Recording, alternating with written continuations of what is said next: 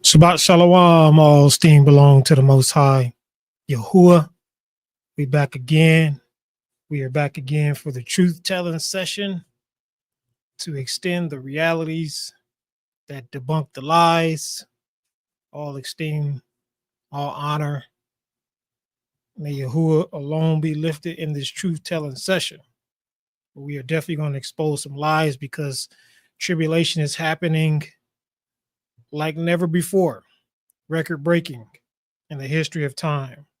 And we're going to break it down so we can figure out what's really happening and how to prepare according to what is written in the text, according to what is given in the word. Because, of course, the enemy has done everything possible to change the facts, to alter the facts, to alter the realities in which we live today. But I'm excited again. I'm always excited to come back and share the truth because the enemy, again, is, the scriptures tell us that the Hashatan has transformed himself into a messenger of light. And Paul goes on to say, it's no great thing if his followers, his ministers do the same thing. And we have so many that are out today claiming to be his ministers, claiming to be those whom he has sent, the true Mashiach, the true Messiah. But we got to expose the lies about what's really happening right now. A lot of people, again, are driven by emotion and not scriptural facts, because it's been another gospel or good news, if you will, that has been proclaimed throughout the ages, that has been made known throughout history. And we don't want to, again, be those people led astray. Messiah told the apostles whom he had picked, he said, take heed that no one deceives you. Make sure that no one is hoodwinking you. A lot of people believe that they can't be deceived because they think they are the elect. Well, they were the elect. They were those whom he had chosen, whom he had selected before the foundation of the world. And to think that you can't be deceived when he told the very people that he had picked not to be deceived, then you might just be deceived. But we don't want to be them again. We don't want to be them. We want to know what truth is in context. We want to walk according to it. We don't want to follow the patterns of this world, the deceptions of this age, the continual twists and turns that is happening everywhere. All right. A lot is going on right now, all over the world, especially in the last Babylon. So much is happening. And we need truth and context so we can be prepared to do war with the enemy. All right. So, yes, all esteem belongs to the Most High Yahuwah. I'm excited. So we're going to have a significant topic today. It's going to be we're going to talk in context about the persecution of Christians. And are you, wherever you may be, are prepared for what is coming? Messiah told us about what is going to happen in the end of the age and how we ought to prepare ourselves. But unfortunately, most people have fallen under churchianity and they are preparing contrary to what's coming. They have a twisted understanding about what's actually taking place. I see y'all all out there in the chat, dropping your comments. Looks like mostly on YouTube. I see one on Facebook. Yeah, we slim on this side. Truth don't go viral in wicked times. It doesn't. By the time truth goes viral, it's too late. It's over. It's over. So we definitely got to get into the truth about what's happening, particularly regarding the Christianity persecution. Right now, according to statistics, there is over 78 countries of known persecution of Christians. Known persecution. This is not a hypothetical. These are reported. Even though it's not advertised, there are websites out there that talks about persecution that's happened to those everywhere from Africa to the Middle East, the Dust Bowl, even here in Babylon. Just not how we see in places where hundreds and thousands get wiped out in one scoop. A lot of people, again, we got to understand the truth about what's taking place. All right. According to consistent statistics, roughly 380 million Christians worldwide face high levels of persecution and discrimination because of their quote unquote faith, because of what they believe. All right. I'm sure you've seen it in the movies. I'm pretty sure you've seen it in the headlines. They may have discussed this with you in church. If you were a church goer, or maybe you still do church because you think it's all right. But hopefully after this message, you will know the difference and why you might not want to be a part of church. All right. Why are they being persecuted? It's a good question. Glad you asked. We got to get into the origin of Christianity, do a little bit of historical research or talk about the history of Christianity just for a tad bit so we can lay the foundation to know which direction we ought to be headed in. All right, let me bring this up here. I know the font's a little small. Oops, let me exit that. I don't know how I just did that. All right. So, give me a second here. Pull up my other reader. Unfortunately, there we go. Bam. All right. So the way is what is originally known by those who follow the truth. The way. Okay. Early followers of Yahusha in the first century are called the way. And we know this when we read Acts chapter 9, verse 2. This emphasizes walking in covenant with Yahuwah through Yahusha. All right. This is how it really came down to existence as far as what the identity of the people were. Those who saw them identified them as followers of the way. Okay, that's important to understand. Table that thought right there as we move on. All right, Mashiach led a small regime of individuals who he had personally picked that were established long before the foundation of the world. Those apostles, we all know that, again, is written right there. A handful of their writings are recorded that were placed into the so-called Bible when the Council of Nicaea and others got together to decide what you're going to read and what you're not going to read if you are a church member. Okay, but Messiah taught a way that was contrary to what the world was doing, how they were functioning, how they operated, and even more so, how the people who oversaw them at the time were moving. Those Pharisees, Sadducees, and overrulers and rulers of the Yahudim, they were being taught contrary to what Mashiach came in and had established. Okay, so what we want to understand, again, he taught contrary. Understand that that's a key reality to what we're going to identify here in this study today. But know that he taught inconsistent with what was being given to the people whom the Most High had chosen and called when he originally extended his covenant from Abraham, Isaac to Jacob or Jacob. All right. We know that when Mashiach came, he was a Nazarene or from a Nazarenes, or the Nazarenes, believers. These were believers who were known as Nazarene or watchmen or guardians. That's what Nazarene or Nazarenes mean. Okay, tied to Yahusha of Nazareth, a Hebrew identification. This was a Hebrew from the tribes of Jacob. We know Scripture says Messiah himself said, "I did not come except for the lost sheep of the house of Yasharal." That's who he came for. And if you didn't know, Nazarene means guardians. watchmen. What are they watching? What are they guarding? We'll talk about that as we go. But that's who he came for, and that's what people who were of them understood them to be. Right? This is recorded in the scriptures more than once. Right? They were guardians of the way. Okay, and what Messiah had taught them and demonstrated that to them along the way.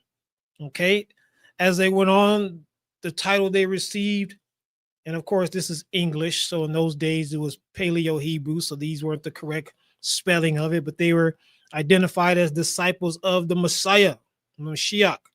Okay, the Messiah, Yahusha. Right? Identify themselves as Talmudim, which are disciples of the Anointed One, Mashiach. Rooted in Torah, prophets, not a religion. They were not a religious group, religious gathering. They were disciples, and disciples means taught ones, students. All right, they were students of Yahusha. That's how they were identified. They just didn't call them disciples as we typically say in the world, right? People will say, well, I'm a disciple, or this is a disciple. They were identified as disciples of a particular leader, which is Yahusha. Okay, you can be a disciple. You go to school to learn whatever your professor, you're a disciple of your professor because that's something that you wanted to learn. Nonetheless, they were disciples of the Redeemer, the right arm of the Most High, Yahuwah, sent to redeem mankind, the branch extended to all nations for salvation. Right? We know that when Antioch came, they inherited a title, not to themselves, not given to themselves, but they inherited a title called Christione. All right. Outsiders of Antioch first labeled them Christione, Greek for followers of Christios. Christios in Greek is anointed one. Understand that this title is not simply for Messiah Yahusha. This title simply meant anointed. All right, we'll talk about that as we go. But again, in the scriptures, we know the disciples were first called Christians in Antioch. All right, Christione or Christians all come from the same ideology or translation or transliteration of the word. Acts 11:26. It tells us this when they were first called. Okay, we know Acts is written later on. We'll get into that as we go on too. Yep, but here it is actually right here. Book of Acts spanned through 30 to 62 EC or AD. After Mashiach came, the book of Acts started to unfold as far as the ways that were carried out and, of course, recorded in the word. Now, these are all vital points so we can understand where we are headed, what is happening, and where we're headed in these end times. All right? Understand, as I said a second ago, Christos, literal meaning. All right, Christos simply means anointed or smeared with oil. You put oil on a person, you anoint them. They didn't necessarily do that when the word Christos was used in the Greek, but they didn't simply put oil on the people. That was just a way to say the person was anointed if you follow that particular practice. All right, it was used in the Greek text to describe anyone anointed, kings, priests, or even objects for sacred use. All right, in the Septuagint, all right, which is the Greek translation of the Tanka, which we, through different how it's formatted, call the Torah today. All right, Christos was used to translate the Hebrew word Mashiach, meaning anointed one. All right, this could apply to a king like David, a priest, or even a foreign ruler like Cyrus. All right, that's why the scripture says, thus says Yahuwah to his anointed Mashiach, to Cyrus, whose right hand I have held to subdue nations before him. Yashayahu, or Isaiah 54 or 45:1. So when we look at this, the scripture says that Cyrus was not even of the 12 tribes, but he was quote unquote anointed. Okay, this is an important piece to the pie. Okay, understand what we're talking about here, family. He was not of the tribes, but the Most High had anointed him, meaning he had consecrated him. He had set him apart. It's an identity. It's a title. It is not an actual person. To be anointed doesn't mean you are, if someone says the anointed one, It's a general term. Who you're talking about needs to follow behind that. It needs to follow behind that. So when people say Christ is Lord, who are they talking about? We're going to find out as we stroll along here. Again, King Cyrus was a Christ for Yahuwah. He was a anointed one. He was a Mashiach for Yahuwah because he had established him as such. All right. Moving on, we got Latin and Roman usage. Okay, as the message spread in the Roman Empire, the Latin form Christius was used, and the name began to stick through state records and Roman law. Okay, so anyone that was of the Christianes, who followed the Christos, the anointed one, they labeled them, jotted them off, marked them down in their books, their records, as followers of such. Okay, they are Christius, right? And this is how, again, when we see, you look through history, you'll see that the Romans had to identify these people. They only knew their language, as obviously they operate according to their language. Just like if you're in America, you're going to go to most places in the government, the city, the civic center, and it's going to be in English. It's not going to be in Greek or and Italian or any other language. It's going to be in a language that runs that country. And that's what they did. They put Christios, the followers of Christios, as Christianes or Christioni. All right, we get to the medieval Europe time frame when Constantine in 321 EC, later councils, Rome, state, religion absorbed the way. Okay, we're going to talk a little specific about this because this is the turning point for a reality you need to grasp in these end times. All right, Old French, Old English later shaped the word into Christianity. Okay, that's where we get Christianity from. So when we go back, we look at the top piece to the pie, we say we understood it was the way. Okay, but when Constantine became a so-called Christian, then that's when that is at the time frame of when the word it went from, again, the way to Christios, the identifiers.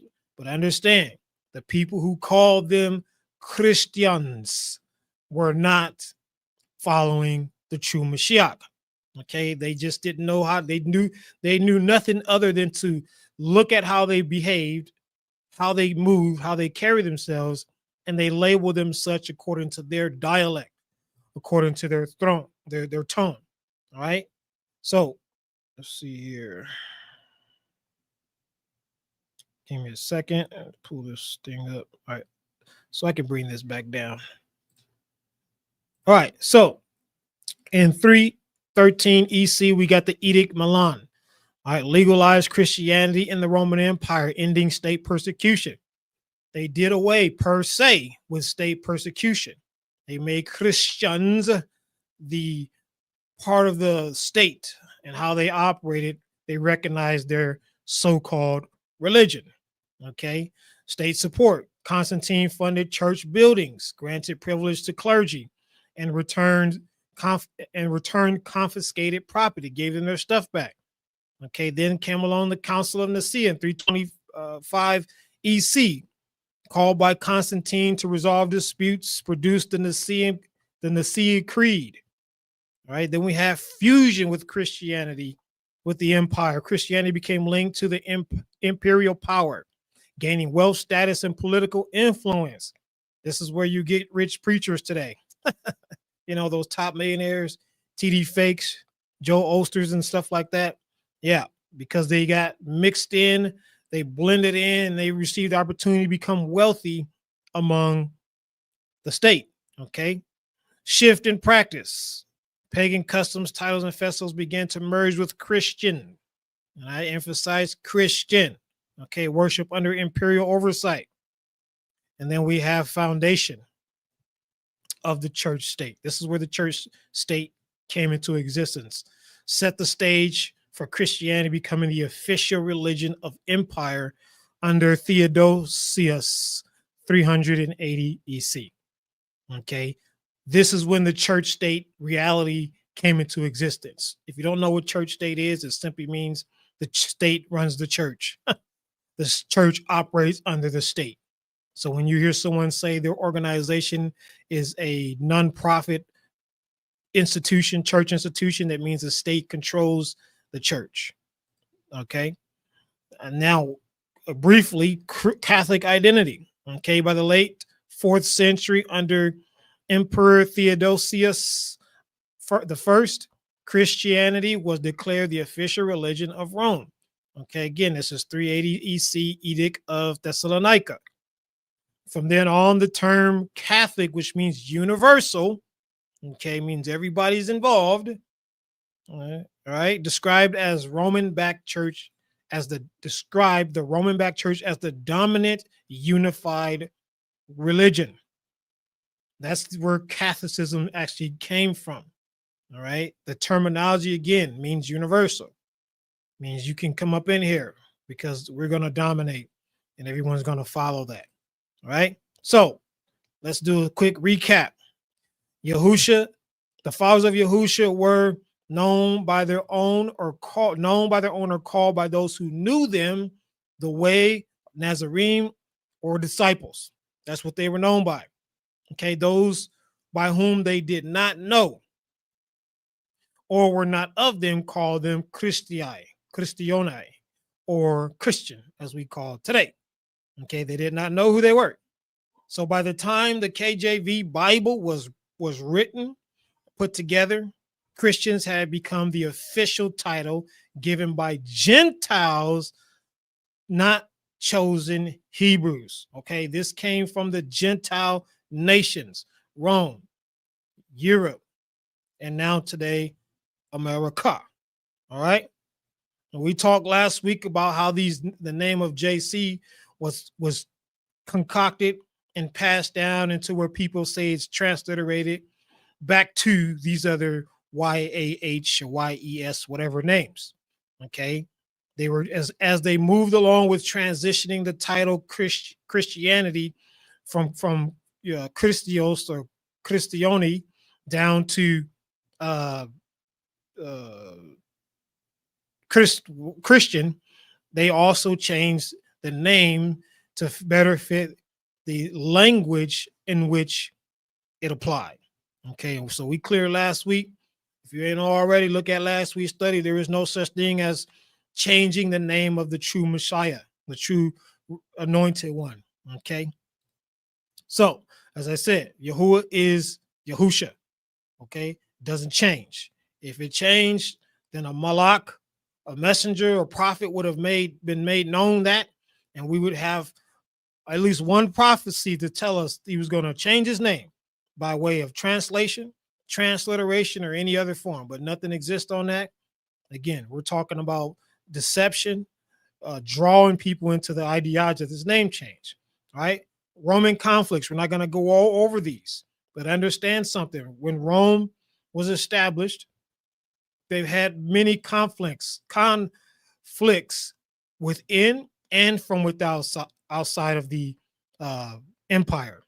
All right, they had a lot of revolts from within, from political civil wars to the Yahudim rising against them, you name it. People trying to take the seat of the one who was in charge, creating chaos, right? This happened. They had invasions that took place. They had other wars that happened.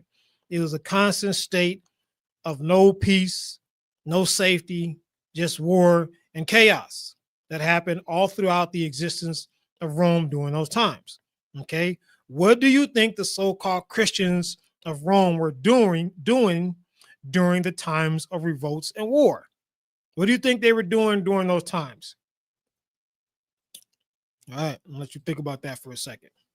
After Constantine's conversion until the fall of Western Empire, Rome was defending three pillars, three things they stood to fight against, to lose. They didn't want to lose these: their politics, their territory, and their religion. Remember, Rome was a church state. Okay, whatever the church did, it was approved and recognized by Rome. Understand that. Okay, so they were defending what they believed and called church, which, as we saw here a second ago, that they mingled worldly practices with Hebrew customs that came from followers of the way, the Nazarene people, the guardians of the way. Okay, know this: believers had to take a side. Period. Okay, this isn't America. It wasn't America at that time where you can just sit out and be neutral, right? You couldn't pick a so-called liberal party or whatever. You either chose to be Roman backing or back the Romans, or you became an enemy, right? If you didn't side with Rome, you were an enemy of the state, period. Okay, period. There was no illusion of freedom of religion or whatever that nonsense was back then. If they said you had to be a part of this regime to stay and to survive, then that was the decision that you made, or you went against it and you dealt with persecution. Point blank, period. Okay, I know they they blur the lines over the years, especially with America, but no, that's not how it went in those days. And in all reality, that's really not how it is today. It's just they've perfected the blurring of the lines, right? You dealt with suffering if you didn't join the Roman regime, if you didn't pledge your allegiance to the Roman regime, period. Okay? That's how it was. And the reality, as I said before, that's exactly how it is today. Many just don't see it because they have them hoodwinked on their view, on their illusions of freedoms by the Bill of Fake Rights. Okay, when Rome came under attack, it was seen as persecution of the religious state Christianity. When Rome came under attack, Christianity was under attack. It was no difference. Okay, whatever Rome stood on or stood by, if it wasn't being supported or backed, if it was under attack, it came against the Roman Empire for any reason, the understanding was that Christianity was in a fight too. All right. But we know that Rome became Europe. That is a historical fact people can't deny, even though they want to turn a blind eye to it. We know that to be true. Rome literally morphed into Europe. All right. But we move on and we'll look at Europe. They had tons of revolts, inside attacks that happened, civil wars, where the nations of Rome or the Roman or the European empires battled each other. Okay, they fought against each other. We also, again, outside attacks, they had several wars, French and England. Okay, you had the French, Spanish, and other fightings over Italian states. You had so much that was going on in Europe that they were dealing with internal battles and external battles really all throughout their existence, and it hasn't truly changed today. Okay, just as Rome defended the three pillars: politics, territory, religion, so did Europe. Make no mistake about it. They didn't pass it off, and I'm gonna confirm this with you. All esteem belongs to the Most High as we move on. All right, we know that Europe transitioned and created through their, through the lies of running from the emperor. They've created America. Okay, that's what actually took place. Europe, in their conquest, created America. Understand that, right? So, America, as we know, had tons when it was concocted in their colonial era. They had tons of revolts, a lot of bucking going on inside of America in this fight to establish so-called independence or whatever the case may be. And we know there's been tons of so-called wars that has happened with America. That should be America, not Europe up there. Okay, it's American conflicts that has happened, right? So as America followed Europe and Rome, defending politics, territory, and religion. All right. Here's some quotes to solidify this of what they really stood for. Okay, you got Rome. Cicero on the Republic. He said that for the whole glory of virtue is in the protection of the Republic and the safety of the state. Okay, remember, church and state were together. They did not defend state and left church out. They battled to defend both because they consider them one. You get to the time of Europe. Charles V, I don't know if that's letter or his name, whatever number or his name, but anyways, Holy Roman Emperor's speech to the Diet of Worms, 1521. Not sure why they even call it that, but whatever. As a descendant of the Christian emperors of this noble German nation, from the Catholic kings of Spain and the archdukes of Austria and the dukes of how do you pronounce that? Burgundy. There we go.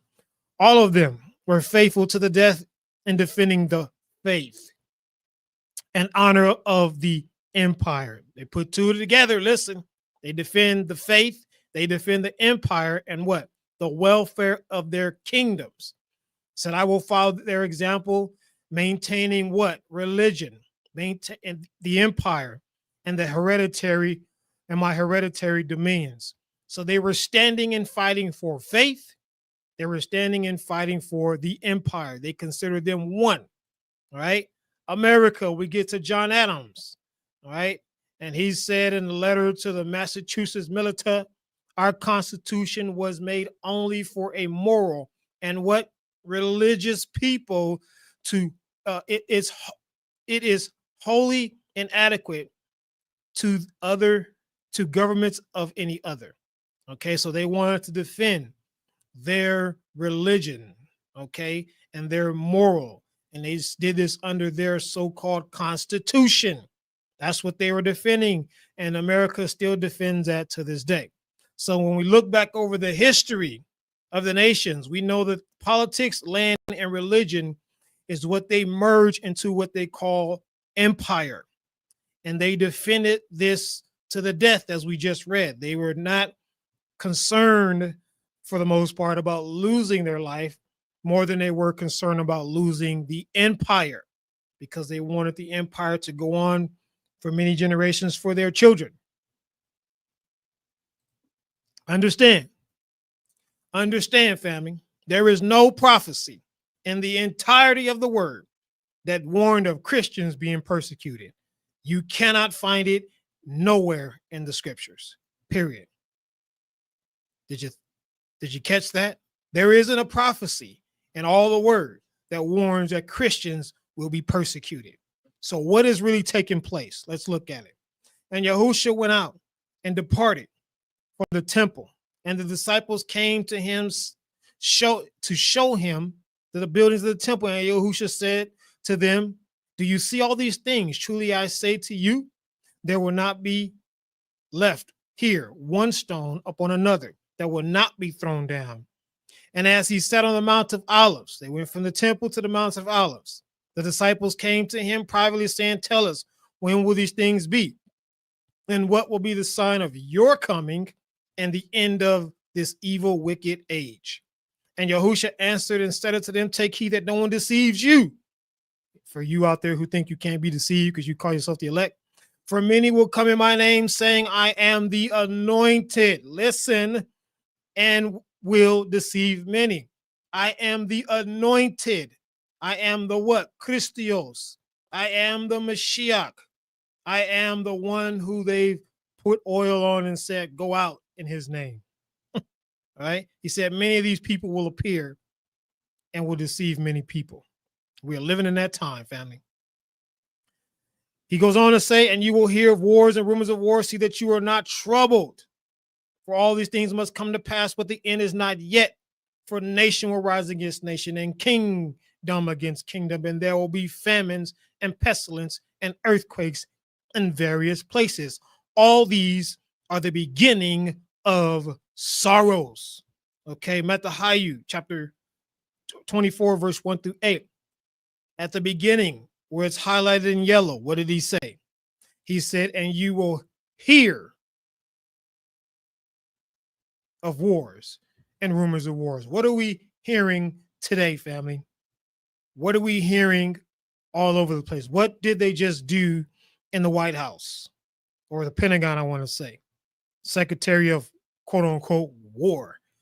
right? They called 800 generals, military commanders, admirals, and generals for a so-called secret meeting. What are they preparing for? They are preparing for war. Okay, you will hear of wars and you will hear of rumors of wars. He did not say you will be in a war in this sense. So all these people who believe from their twisted church understanding that they're going to be persecuted because of what's happening in the world today, which it simply comes down to this reality. Okay, understand. It comes down to this reality. They are trying to stand and defend church state. Okay, because you don't find nothing in a word saying that Christians will be persecuted, right? We hear it, we see it. Okay, wars, earthquakes, famines, sicknesses, it's happening. Okay, but the first thing, as we've talked about, probably the last 5 studies, and probably more than that, is he warned that people will come in his true name, claiming to be anointed, claiming to receive the anointing to go speak in his name, but fool many people. How many of you out there are seeing these prophets today? They're talking about Yahusha woke them up, Yahuwah woke them up, and now they're telling you that there's going to be a rapture. They're telling you that the Exodus is going to be on a certain day.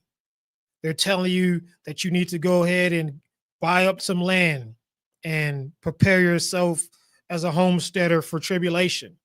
They're telling you everything, but nothing that is not but nothing that aligns with what the word says. Okay, who was Yahusha warning? This draws the line in the sand right here. Okay, Yahusha was preparing the followers of the way, not Christians. He was not preparing church people. If he was going to prepare church people, Christians, the crowd, the masses, the multitude, then he would have not spoken to 11 disciples privately on the Mount of Olives. He would have had this conversation with the multitudes as he has done throughout his walk. When he wanted them to know something, he spoke to them again in what? Parables. But when it came to the disciples, the true men who were called, chosen, and sent, he had a separate, away from the crowd, warning to give to them. So when you talk about Christianity persecution, listen, it's a lot and it is real, but nonetheless, this is not what Yahusha warned about. And we're going to solidify that as we go on.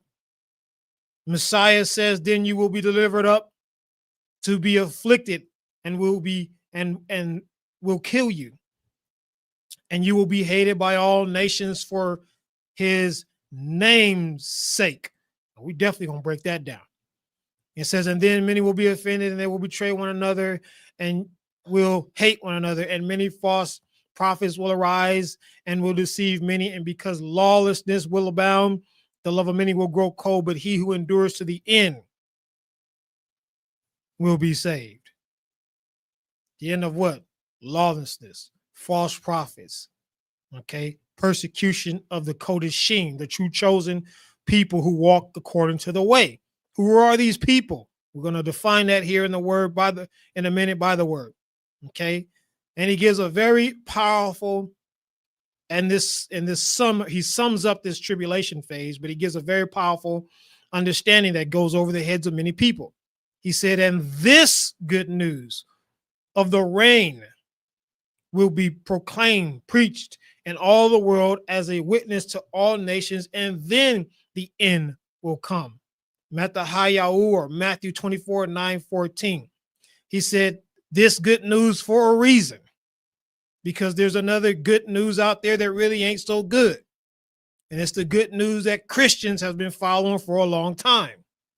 The good news that they got from empire, church state, okay? Christians have been defending and being persecuted for state religion, Christianity, and not for the namesake of Yahusha. Understand that. There is a line being drawn in the word. so that you don't fall into the side of the illusion that because you are a Christian, you are dealing with persecution per what Yahusha had told the elect. Negative. Negative. People are literally suffering because of church, state, religion. That's what they're following. All right. Politics, territory, religion. That is what's actually. Somebody said my mic drop. Here we go. Mic check, mic check. Mic check. Can you hear me? Somebody drop some give me a 7 if you can hear me in the comments.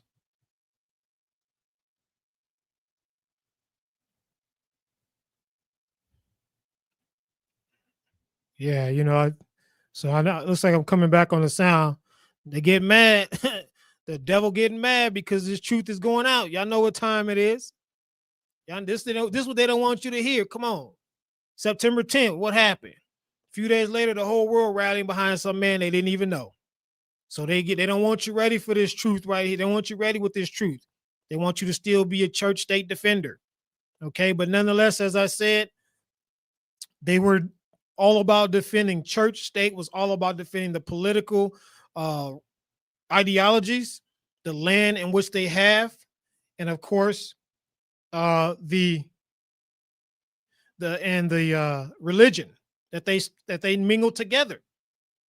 Okay, this is historical truth that they don't want you to understand. The state, by the way of Constantine, made Christianity authorized, and it eventually became the predominant religion of the state. Why did it become the predominant religion?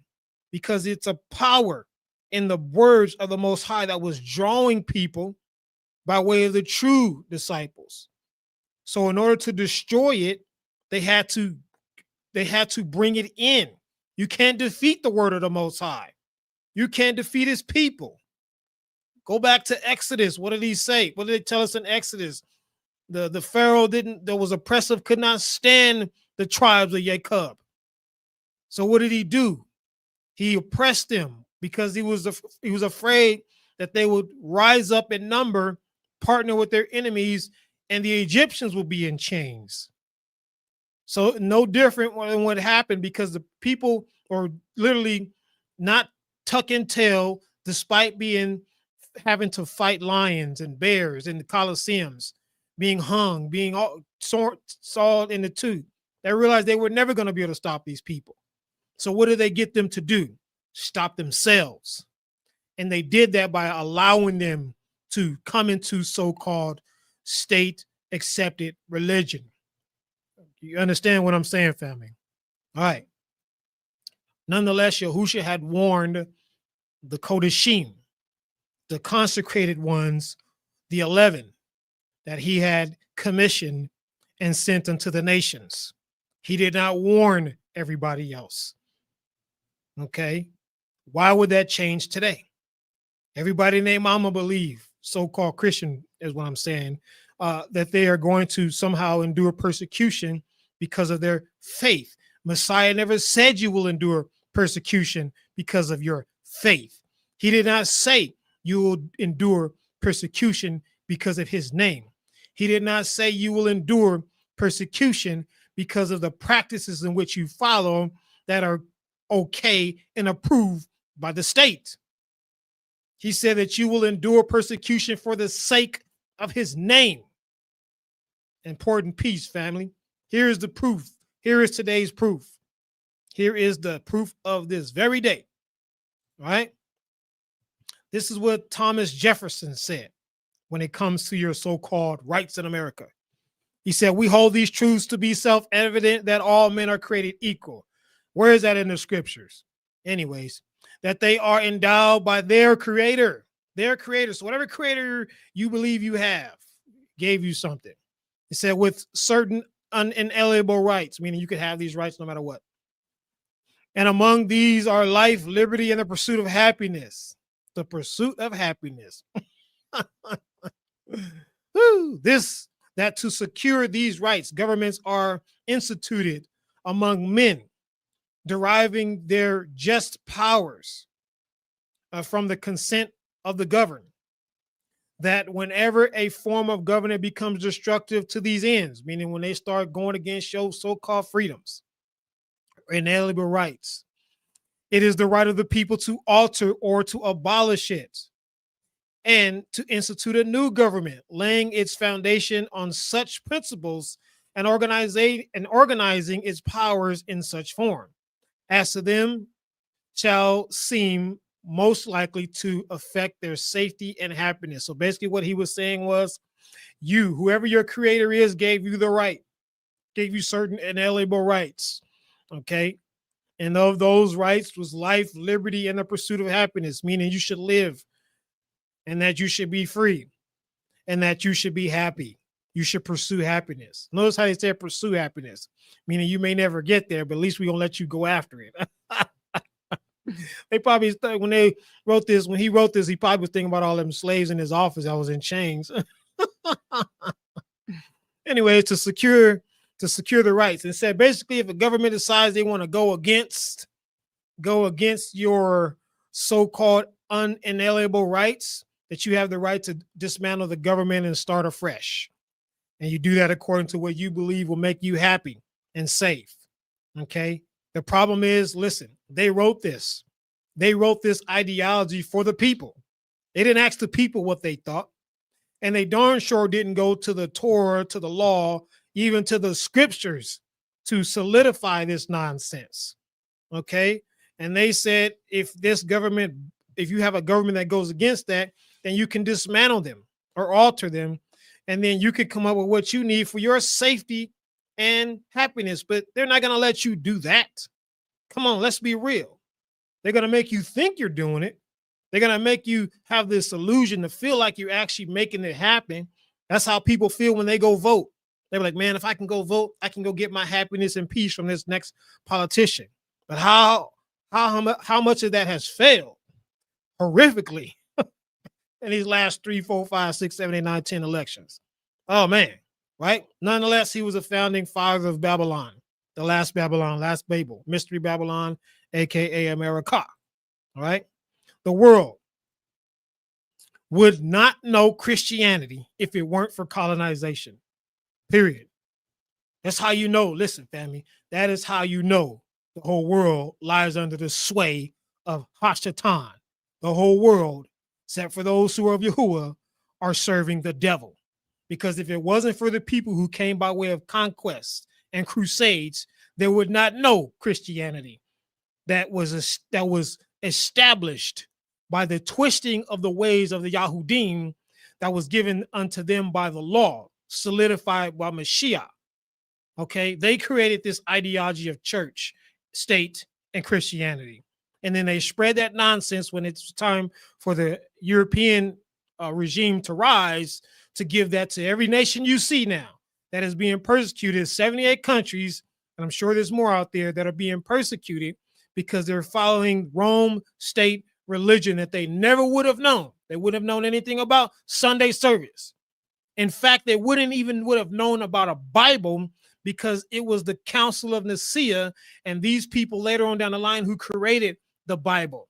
You get the KJV, and after the KJV came this revolt, which created the Protestants, and they removed tons of books from the so-called Bible, but they never changed they never taught the reality that they had no business with the word. What you would have had was recordings from the apostles, the life of the Mashiach, and the prophets and the law. That's what you would have had. But now we have this version of the truth that excludes significant pieces that people believe people don't have to put the puzzles together to realize they're not being persecuted because they follow the true Messiah. They're being persecuted by the religion that they were taught by the oppressor. Okay? Harsh reality, but it is true. This whole church state nonsense has swept the land, and it is the last key to pulling in the world for chaos, and after chaos, the one world order for the beast. Why would the Most High commit his word to such a vile, evil people? Why would he allow them to change the name, the way the people were understood by, to Christians, and there's no prophecy about this transition, this transformation? None. Because this is the work of people who have transformed themselves into ministers of righteousness, but at the end of the day, they are of the dark. They are of the night. They are of the wicked. Okay? And again, this is why people still do church. If it wasn't for colonization, a whole bunch of so-called Negro would not be going to church on Sunday. Asian people would not be going to church on Sunday.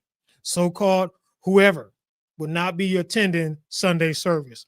They're literally following church, state, religion because of what was taught to them and made to seem right. All right. And now we have, as I said before, is persecution, so-called persecution everywhere for the so-called Christians. Well, look at what they're saying. Look at what they're asking for. They want to stop the persecution. They want justice for the persecution. Show me this at any time the apostles, the prophets, or Yahusha walked the earth. Show me any time this ever occurred. Did they walk around saying, give me equal rights, respect my religion? Okay. People are being persecuted for holding on to a title rather than actually being followers of the way. If they were followers of the way, they would not be demanding equality among the wicked. Makes no scriptural prophetic sense whatsoever. It does not. It does not align. It doesn't add up.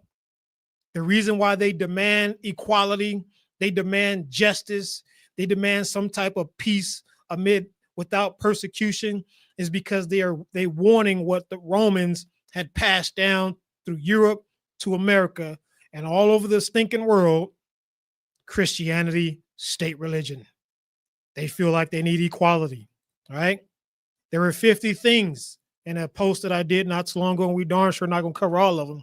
But there are 50 things that Christians believe, and this is only 50. Nowhere in the Bible. It's nowhere in the book they read from, but they believe it wholeheartedly. They will tell you to your face that Sunday is the Lord's day. Okay? They will tell you that we're all spiritual Israel. And they can't find one thing to back none of this up. Okay? So if you haven't had a chance, hop on one of those social media pages and you'll see all 50 of these, right? The 10 Commandments was nailed to the cross. Can't find it anywhere in the scriptures, but they believe this. So when they go out trying to be so-called Christians and they stand by these things and they receive persecution, think what they're being persecuted for. Lies. Because at the end of the day, people hated Rome. To this day, Rome is still hated. Okay? Don't get it twisted. That's why they don't like that you worship these other deities, because it's Rome. All right? Yahusha said that his followers will be persecuted for the sake of his name, and his name does not contradict his word. So all these folks out here standing on the corner, so-called preaching in JC's name in these church pulpits or wherever they are, all right, LORD or whatever Hebrew version translation they believe or transliteration of JC, and they're preaching in this name, but yet the stuff they preach don't align with his word, and they want to get on and say, well, we're being persecuted. No, you're not. What you're doing is you're fighting and you're losing for the church state. That's what's happening. But when Yahusha went out and he spoke and he proclaimed, it was the truth of his word. He was the right hand of the Most High walking the earth. He was the literal law manifested into the flesh. And when he went about, he did not speak in any way. He did not walk in any way that was contrary to the word, to Torah, to the prophets. He was the literal manifestation of what had been proclaimed about him and how we ought to live if we want to see the eternal promises. Yahusha never defended politics, land, or religion. You know how they say, pray for America, pray for world peace, pray that we all unite and come together. And I'm talking about Christians. I'm talking about anybody else, right? Christians make these prayers, but can the Christian find that anywhere demonstrated, prophesied, or commanded in the word? No, they cannot. Even the Messiah, Yahusha, the Redeemer, he did not even defend his own land. He didn't even pray for his own land. The only petition he made, the only palau he made was for the people whom the Most High had given him. Okay, who was prophetically determined to be his sent ones before he even got a chance to walk the earth. Okay, and the only one he lost, the scripture says, was the son of perdition, which was the backstabbing Judas. And notice that the Messiah had picked Judas. He just didn't sneak in. All right. Yahusha, nor his followers ever saw justice from the system. Find that in the word, family. Find it. Show me anywhere in the text that the Redeemer or his followers ever wanted justice from an unjust system for their so-called unalienable rights. Nowhere does that exist. All right. Prime example of this ridiculous heresy, John MacArthur wins $800,000 lawsuit for defying the Scare 19 mandates. Basically, he didn't like the fact that in California they said close your doors. So he defied them and they went after him, and he went to the state and he argued with the state about his so-called religious rights given to him by the state and got $800K off of that. How come Mashiach didn't come off the execution stake? How come the disciples didn't have to go through persecution?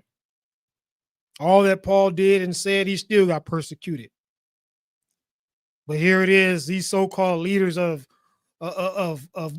Christianity, and I do say so-called leaders, come out and say, well, we need to have our church doors open because that's the constitutional right. Fake. Doing the work of Rome. Right? We know in scripture tells us this is one of the most powerful solidifiers about the dividing of the state and the true way. All right. One day, as we were going to a place of petition, we went and met a slave girl who had a ruah, should be a lowercase, if you're doing the English understanding of divination.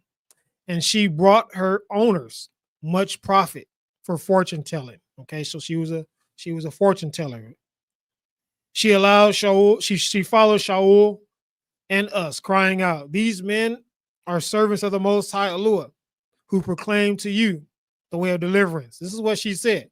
She kept doing it for many days. What she was doing was mocking him, and Shaul became greatly annoyed, turned and said to the Ruah, the breath in her, the spirit in her, I command you in the name of Yahusha, the Messiah, to come out of her.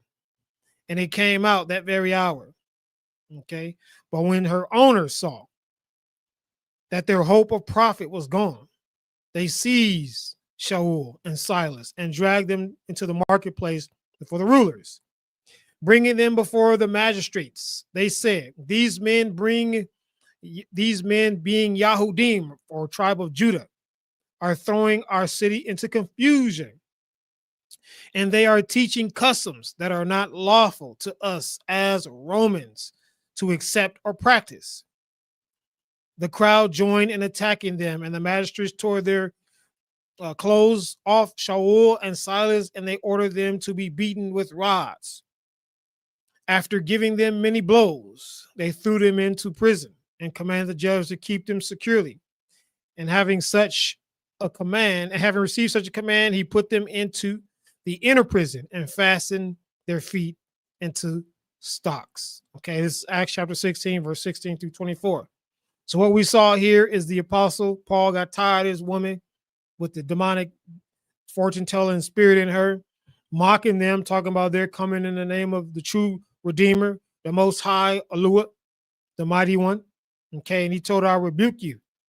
He cast them out in the true name, not no JC lie. Okay. And when they lost their profits, they was hot. She was a moneymaker for these wicked people, basically telling fortunes and stuff. And they went broke in 1 hour because the troop went out, shut their whole business down. So they took them to the marketplace. And what they said was, these men do what? Let's go back to that verse. It says in the highlighted part, they are teaching customs that are not lawful for us as Romans to accept or practice.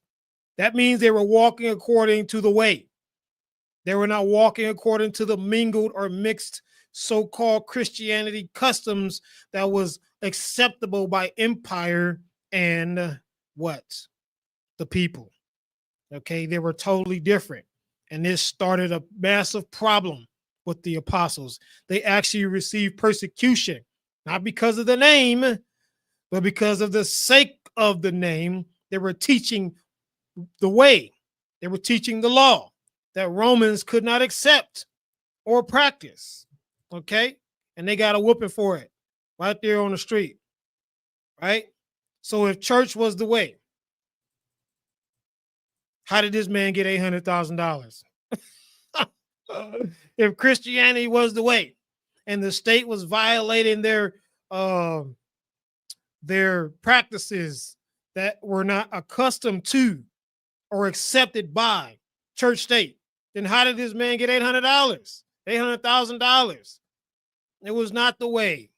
Christianity has been alive from day one. When does the persecution of the true tribes and followers of the way begin? Now you're probably thinking, when is this going to happen? If it ain't happening now for us, those who are of the true chosen people, when does this actually kick off? Well, let's look what the scripture says. And the woman fled into the wilderness where she has a place prepared by Yahuwah to be nourished there 1,260 days. Revelation 12:6. There's a reason why if you grew up in church or had your church experience at time, they said, don't you read that book of Revelation. It's too scary. I think a lot of pastors say that because they were just ignorant and they didn't want that truth to get exposed, or they didn't know how to even talk about it. All right. But at the end of the day, this book tells you exactly when the persecution of the chosen will be. They will be in the wilderness. Those who make it, those who don't get sliced down, the 2/3 of the tribes and the Gentiles that fall under the judgments of the Most High will be exodused into the wilderness for 3.5 years to be nourished. Okay, not simply to eat food, but to receive what? Every word that comes out of the mouth of the Most High. As we know, the word says, man will not live by bread alone. Right, going in there to be Exodus chapter 20, brought under the bond of the covenant. Everything, times and seasons, and everything we need to know to be truly walking under the way of the Most High will be provided in the wilderness of those who make it past this judgment that's going to sweep this earth. Okay. Then we know scripture says after that, the dragon was enraged with the woman and went to fight the remnant of the seed, those guarding the commands of Yahuwah, which is the mighty one, and possessing the witness of Yahusha Hamashiach. Revelation 12:17. I'm going to say it again. Just because people walk around saying a name don't mean they are his witnesses. Okay. Witness means evidence. Witness means proof. Your proof is the scars, the wounds, the battle scars that you got for guarding the commands. Those of you out here trying to keep the Shabbat, but they want to fire if you don't come in to work, right? Those of you who have family members who rejected you because you will no longer do JC, GOD, LORD. You've rejected church. You've rejected birthdays, holidays, Mother's Day, and all the other lies that Rome, church, state, empire gave the people, allow the people to do, saying that they're all spiritual Israel. This stuff is ridiculous. But nonetheless, those are the people whom the dragon, the beast, the man of sin, the lawless one will come after. Okay. We've already read this verse here.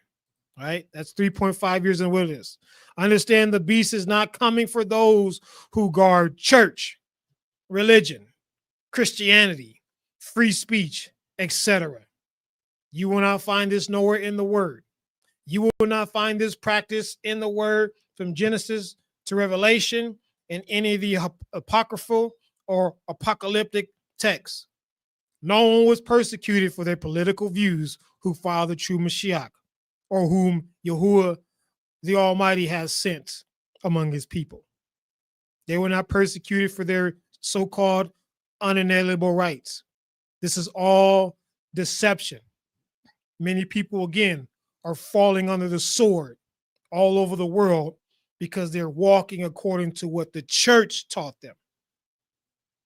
They're walking according to what Rome, Europe, America taught them through colonization, not what is being taught as Messiah said, and this good news will be taught to all the world, and then the end will come. Not the good news that you have awakened from, that you were sleeping in, okay? So when you see all these groups out here, so-called Black Hebrew Israelites or IUIC, or any of these preparing for battle, we're ready for whatever type groups, they are literally preparing to be part of the 2/3 that are going to be destroyed from the house of Yahshua. This organization in particular, IUIC, is a 501c3 nonprofit organization. What does that mean? That means they are church, state, empire owned. Despite what they say, despite what they claim, despite how they mount up and march, they belong to Caesar. Slide on over to the other side. You got everybody named Mama showed up for the memorial service for a man they didn't even know was on the earth. Okay. And they all were at or going to return to church to do what? Follow the 501c3 Caesar established religion. That's what they're going to do. So when they go to war with each other, stay the heck out of the way. Let the wicked destroy the wicked. Leave these people alone. Okay? Don't get fooled by, I don't know how many of you seen back in the day, I might be telling my age a little bit, but the Columbine High School shooting, who remembers that? Where they supposedly went through the campus with guns and started asking people, do they believe in JC? And if they said, yeah, bam, it was over. What was that? It was a fight against the recruitment. Okay, the recruitment campaign for JC. That's all it is. It is not the persecution that you see is nothing but people defending what colonizers taught them. That's all it is. Okay, and this is this is the word. I'm not making any of this stuff up. This is the word applicable, applying, like putting two exact pieces of a puzzle together and it fits. Okay, they are preparing to do war with each other, all to defend what church state taught them. Despite them claiming to be chosen, despite the other people saying they're all spiritual Israel, whatever, we got to defend the Dust Bowl people, Revelation 2:9, 3:9 frauds. Listen, they are making way for the beast. That's what's happening. Messiah defended Torah, nothing else. He didn't defend no one else. It was so amazing, he didn't even defend himself. So what are these people getting ready for? All right? They're getting ready for true persecution that is promised to the rebels of the Most High, to the rebels of his word, the people still laden and loaded down with sin, but claim they're saved. This is what's coming. It's what's happening as we speak. It just haven't hit the heartlands of the places in great numbers as it has around the places that are not considered so-called empire. Okay. So expect this and nothing less. People are not, again, they're not standing on what is true. Because he said, how many will find the narrow path? How do all these people? I saw a person post on social media saying this is how we riot. And they were showing the so-called image of praise and worship inside of the memorial stadium, or the memorial at the stadium. But who were they worshiping? And why were they there? Exactly. People are right now, the world is being given the chance to choose a side. What side are we supposed to be choosing? Neither. Stay out of the mess. Let them fight it out. Let them slaughter each other. We of the way of Yahuwah, awaken to the knowledge of the truth, turning from our sins, leaving this world behind. Let these people lay each other out. Don't entertain none of them. Don't entertain any of it, because in the truth is, those with, if you ain't got eyes to see, but you at least got ears to hear, you need to be preparing yourself for the last Exodus. And understand, when it was time to exit, wasn't no bullhorn announcement given to the people. Wasn't no call, no rally cry, no yelling, none of that. The Most High has sent out a message by way of whom he had called, right? And he had made sure the people were prepared to go. They were practicing the way. They were not of the world at that time. Okay, of course, many of them didn't have the heart in truth for the word, and they were purged in the wilderness. But nonetheless, they were practicing the way. They were not practicing church. They were doing the Passover and unleavened bread feast. Okay, so when that judgment came sweeping through, they were out of it. Again, if you haven't checked out this, check out the series, Last Exodus. Okay, this is where you will find Most High let me go through a series all the way up into my own testimony of being exited out of our own place, right? Some of us who Most High have called as leaders to lead, we didn't establish ourselves. He established us, and he put us out there to say, look, you go and speak the word.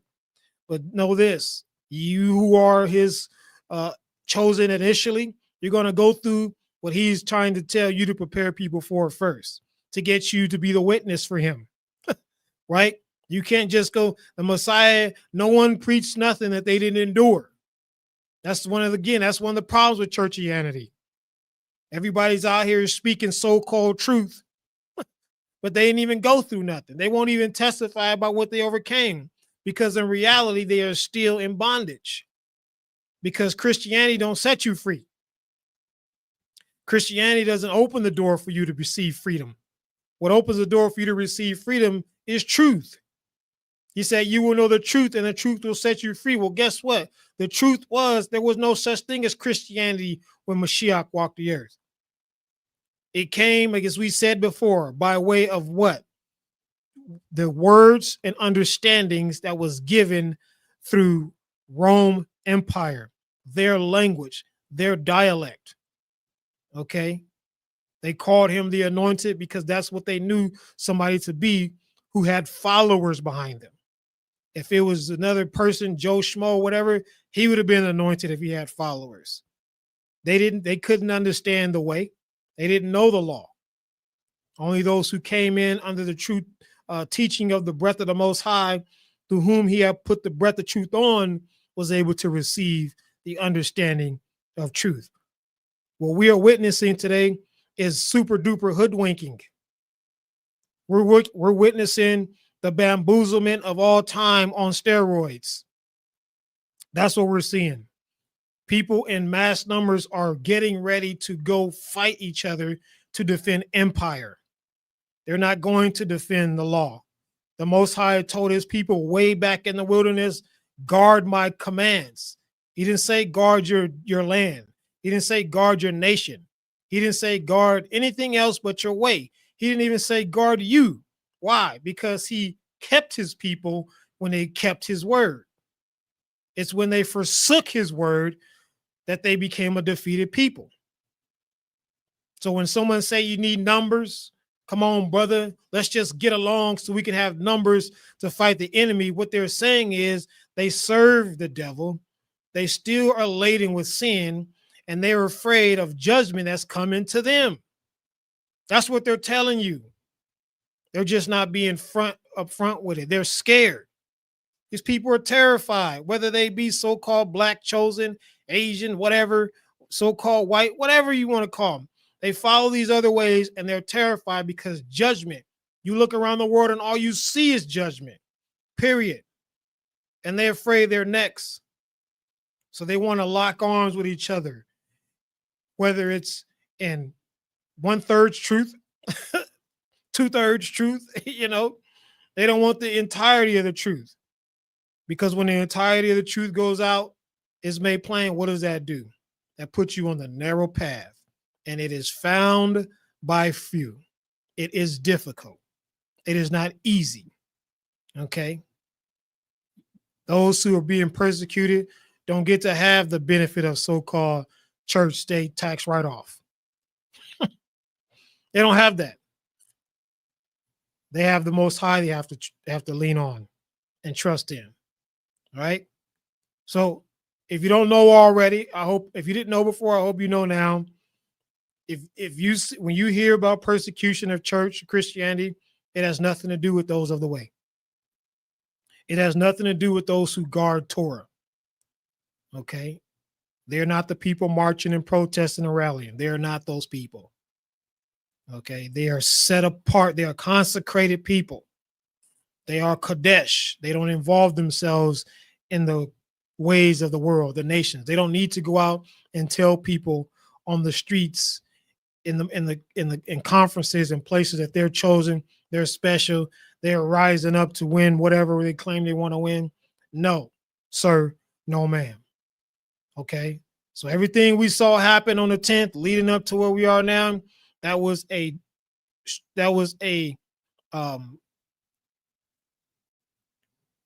well-crafted, pre-planned deception to put before the eyes of people so that they can pledge their allegiance to their side. Okay? So you can move in a place of fear and believe that if you lock arms and you join their ranks, that you will make it happen and you will receive safety. No, you will not. You will be judged and you will be condemned in this life and the next. Okay? It's all a lie. It's all a lie. The Jimmy Kimmel, whatever, how you pronounce the name, the talk show guy, he was not canceled. Okay, that was all part of the show, family. They needed someone who had a big name among the wicked. Okay, someone that when they said his name, it can go viral easily. How do you know he wasn't canceled? Because he comes back on and he says, I believe in what? He said, I believe in free speech, which is, state empire. And he also believes in the teachings of JC. He comes back to say that. Yeah, it's about, again, building an alliance so that when it's time to go to battle, when it's time to go to war, people think they got the right numbers and they're going to win. But after the slaughtering that happens, because the Most High is going to remove peace from the earth, he's going to put these people in a place of perpetual judgment before they lose it here. All right. And then comes the system of the beast. And after the 3.5 years in the wilderness, this is when the world will know who the true chosen people are. He's not going to persecute his chosen people. The beast, the dragon, will not persecute the chosen people now because the world does not know or see or recognize who the chosen people are. They're still being seen as the Dust Bowl people, however evil, wicked, whatever. A lot of nations have risen against Dust Bowl folks. Okay, they're partner up to go against these people. But no matter how much they have partnered to go against these people, they have not accepted who the true chosen people are. They have not placed them in their so-called history books. They have not made any announcements. They have not acknowledged them. So they're not going to persecute the chosen people yet. And as we saw in Scripture, it tells us clearly that persecution will truly begin, or not persecution, but the recognition of his chosen people will begin after he lays his hand on the land. All throughout history, we see his story. We see persecution, recognition of who the people are was always after he judged them. That's how they know when, as the tribes were moving through on their way to the promised land, they came to Jericho, and the harlot Rahab said, "We know what you're here for. We know that the Most High has given you this city into your hands." Okay, how did they know that? Nobody gave them a message. They didn't get a Instagram. They knew it because the judgments that were hitting the lands before they arrived to Jericho. So great fear, as he promised, his great fear had came up on them, and then they understood, okay, these are the tribes of Jacob. These are the chosen people of Yahuwah. Okay, so now at this time, you should be preparing your house for the last Exodus. That's what you should be preparing your house for. You should be preparing your house to hear the Most High speak when he say, go, do, stay, whatever. Okay, Scripture tells us to flee from the midst of the Chaldeans. Get away from the Babylonians, the Chaldeans. Who are the Chaldeans today? They are the patriotic Americans, the patriotic French, the patriotic Canadians, Germans, or whoever they may be trying to defend their land. Flee from the midst of them. Do not be among these people. Do not walk as they walk, because their walk leads to wrath. It leads to judgment, which they're going to tell you is Christian persecution. It's not. It's divine retribution and recompense for the evil that's done to the tribes of Jacob and against the Most High, and of course, all of humanity. All right. So all esteem belongs to the Almighty Yahuwah for his will, his word, his way. He've allowed it to be this day that we come to the knowledge of truth and context, and we get out of church ideology. It's so important. You have to, don't unlearn church, forget church. Whenever it comes up in your brain about something the church taught you, take it from your brain, toss it into the trash can. Okay? The enemy going to try to remind you of that nonsense because he wants you to believe that if you don't go or walk according to some pattern of church, that you will not make it, that you are somehow missing it. But that is not true. Yahuwah will be esteemed for all those who support this ministry. As I like to say, I love saying it, it is the Most High who leads you to support this ministry. I get so many people cuss me out on social media. Somebody sent me a private message and said, what the F is wrong with you? Calling JC LORD, right? And I had a civil response to the individual. And I said, prove me wrong. Prove me wrong. They couldn't prove me wrong. I said, case in point, you prove who you follow by talking to me like that. And they said, well, I'm mad. I said, okay, but doesn't the book you're supposed to read from say, be angry and sin not? But they're not going to accept that. Why are they not going to accept that? Because JC gives them grace to do what they want to do, right? That's what the world is preparing for, family. Judgment, okay? They're not preparing to be persecuted. They're not preparing to suffer because they follow the true Messiah. They're preparing to do wrath because they said the law is done away with. The law is obsolete. They're telling you who they serve. To say the law is obsolete and nailed to the cross is to simply say the Messiah you claim to believe in, the true Messiah you claim to believe in, is obsolete. And he's still on the cross. If you nail the 10 commandments to the cross and he is the word made flesh, then according to your ridiculous doctrine, he's still on the cross. But nonetheless, the cross is pagan, came from Rome. Came from Rome, family. He was on the execution stake, hung on a tree. Okay, not on the cross. That's all pagan. It's all Hashatan nonsense. Again, all esteem belongs to the Most High. I'm excited about this word. I'm excited about this season because I realize all these doggone lies didn't do nothing but make me more excited for the word of the Most High. Drew me closer to him. I'm loving the dreams that he's given me. I'm loving the revelation that he has given me. The things that he's shown me. I'm built up and excited. I'm looking forward to seeing how he's going to move.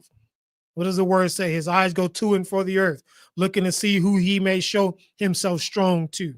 Is that you? Are you that one? I'm going to tell you right now. He's not going to show himself strong to you if you keep saying his name, if you keep thinking it's okay to say his name is Lord or God or JC or any of that other nonsense.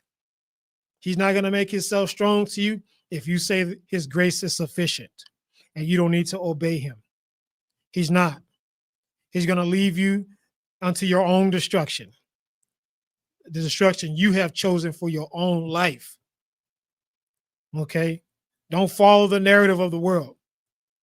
The Apostle Paul said, be not conformed to the patterns of this world. The patterns of this world. So when the world is doing it, rallying, protesting, even petitioning, or what they call praying, get out of the way. Let them have it all.